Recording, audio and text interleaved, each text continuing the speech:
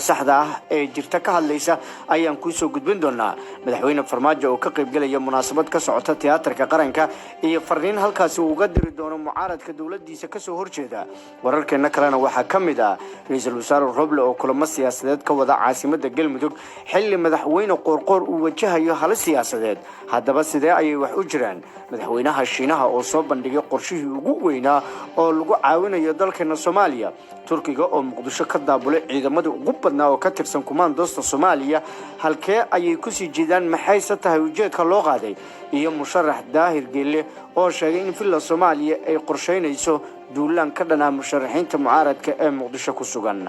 qodobadaas ku faafayn doona barnaamijkan insha Allah waa galab talaadaha 15 bisha 12 ee December sanadka 2020 barnaamijkan wararka Soomaaliya oo midaan ku soo gudbinayno dhammaan dhacdooyinka dalka haddaba daawada ka qayb qaada dibadhiska dalka inaga ka dheeraanayna wax walba oo dib inoo celin kara waad ku maasantiina taasna la faantaan fadlan la faafiyo wararka noo gaarsiiya saaxiibadiina adinkoo ku sheer gareynaya baraha bulshada mahadsanidin aynu ku bilowno wararkeena waxaan ku horeynaynaa wararkii ugu dambeeyay ee xaaladda magaalada Muqdisho ee caasimadda Soomaaliya oo laga soo sheegayo in kacsanaan ay ka jirto xaafado ka tirsan magaalada Muqdisho ayaa saaka waxa ka bilowday barnaamij looga soo horjeedo madaxweynaha dalka mudane Maxamed Cabdullaahi Farmaajo kaas oo ay sameynayaan taageerayaasha midowga musharaxiinta madaxweynaha waxa isugu soo baxay dad isugu jira rag iyo dumar oo dhalinyaro u badan waxaana ay wataan boorar ka dhana madaxweyne Farmaajo iyo halkudhigyo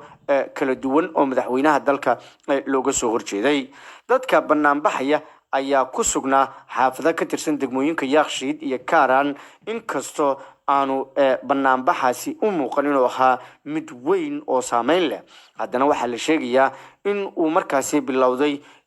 isla markaana uu bilow u yahay barnaamijyo kale oo ay qorsheynayaan musharaxiinta mucaaradka iyo taageerayaashooda oo ku sugan magaalada Muqdisho qaar ka mid ah dadka dibadbaxyada dhigayay ayaa ku qeylinaya erayo kalena madaxweynaha qaranka Maxamed Cabdullaahi Farmaajo ciidamada ammaanka ayaa lagu waramayaa in wadooyinka waaweyn ee magaalada Muqdisho ay ku wada sugnaayeen oo ay ka hortagayeen fidqalale iyo rabshado haddii dibadbaxyadu ay bilaabaan xaalad kaasan ayaa ka jirta magaalada Muqdisho ciidamo fara badanna waxa ay dhooban yihiin wadooyinka wararku waxa ay sheegayaan in ciidamo ka tirsan booliska iyo maleeshiyad hubeysan ay isku rasaasayeen qaar ka mid ah xaafadaha magaalada Muqdisho warar soo baxaya ayaa waxa ay sheegayaan in magaalada Muqdisho lagu arkay maleeshiyad hubeysan oo aan ka tirsanayn ciidamada dawladda Soomaaliya haddaba baaritaan oo warqaad TV ku sameeyay arrinkaas isla markaana uu dabagal ku sameeyay sawirro lagu baahiyay baraha bulshada ayaan waxaan ku ogaanay in maleeshiyadka hubeysan ee sawirrada laga soo qaaday inaysan ahayn maleeshiyad dawladda ka soo horjeeday isla markaana ay ahaayeen ciidamo ka tirsan kuwa militariga Soomaaliya oo markaasi allibare ama xus lagu dhigayay xaafad ka tirsan degmada Yaaqshiid ku sugnaa isla markaana xilligii dibadbax u dhigayay taageerayaasha markaasi musharaxiinta mucaaradka ay sawirro ka soo qaadeen arrinka ila madax bannaan ayaa beeniyay mana jiraan maleeshiyad dawladda ka soo horjeeda oo ka madax bannaan oo magaalada Muqdisho hub ku haysta si kastaba ha ahaatee xaalka magaalada Muqdisho ayaa kacsan waxaana ay u muuqataa in musharaxiinta mucaaradku ay abaabulayaan wax kasta oo madaxweynaha qaranka Maxamed Cabdullaahi Farmaajo xilka looga xayoobin karo madaxweynaha dalka waxa uu dhiman 54 habeen oo uu ahaan doono madaxweynaha Jamhuuriyadda Federaalka Soomaaliya kadibna waxa loo baahan doonaa in baarlamaanku uu u jadiidiyo ama uu cusboonaysiiyo ama in uu doorasho wadanka aado oo xaalad doorasho iyadoo lagu jiro uu madaxweynuhu bilooyin ku darsado intaasi oo dhan waa ay furan yihiin laakiin wax kasta oo rabshad iyo qaranka dib u dhig u keeni kara waxa aynu ku talin lahayn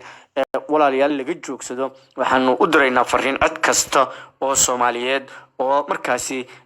fidno wada ama jecel in rabshad ay bilaabato. Wadankani muddo dheer ayuu rabshad iyo qalalaase iyo dib u dhac ku soo jiray. Waxa wiilkii la dhalay maalintii dawladnimadeena u burburtay uu jira 30 sano. Qof 30 sano jira oo aan weligiis dawladnimo iyo kala dambeyn iyo xasilooni arkina waa wax markaasi adduunyadu ay ka yaqiiqsato oo ceeb iyo foolxumo nagu ah. Marka walaalayaal meel kastoo aad joogtaan waxay tahay fariinta uu janaalka warqad TV idiin soo dirayo inaad ka shaqeysaan nabadda, xasiloonida, nabadgelyada iyo markaasi inaad dawladnimadiina ilaashataan.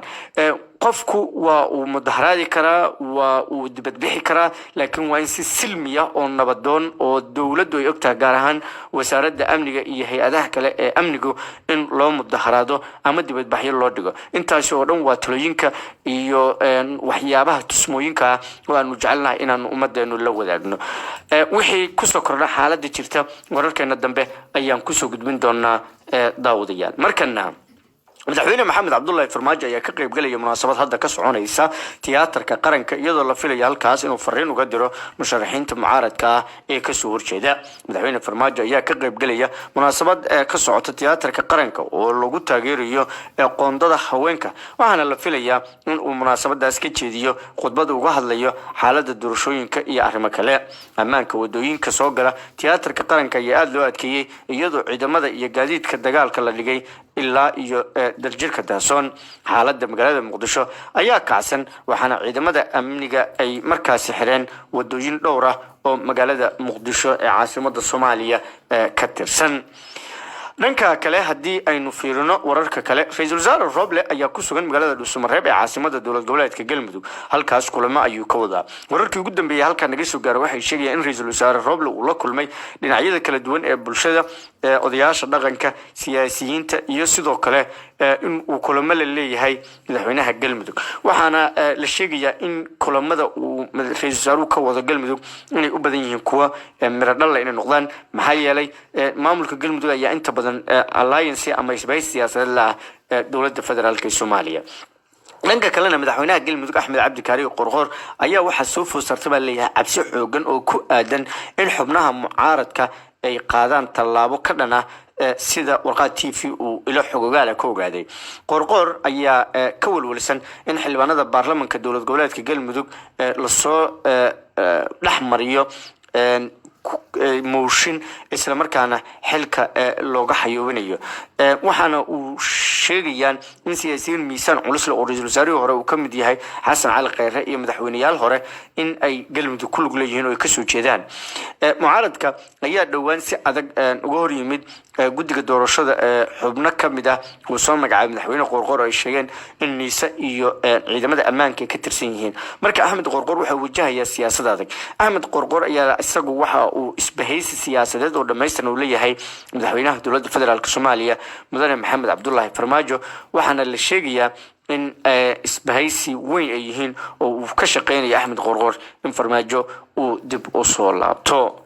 waa hagaag qaybihii dambe ee barnaamijka wararkii ugu dambeeyay ee Soomaaliya ayaan isla soo gaarnay.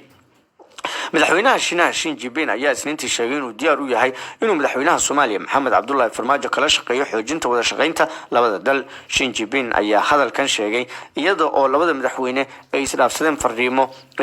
isku hambalyeyn ah oo ku aadan 60 sano guuradii ka soo wareegtay markii ay sameysteen xiriirka diblomaasiyadeed labada dal. madaxweynaha Shiinaha ayaa sheegay in barnaamijka BBR loo yaqaano oo ah barnaamij waa PRI barnaamij ay ku taageeraan wadamada soo koraya inay Soomaaliya ka fulinayaan. barnaamijkan ayaa Soomaaliya ka caawin kara in kaabayaasha dhaqaalaha ee Soomaaliya ay dib u soo kabsadaan isla markaana dalku uu barwaaqo cagta saaro.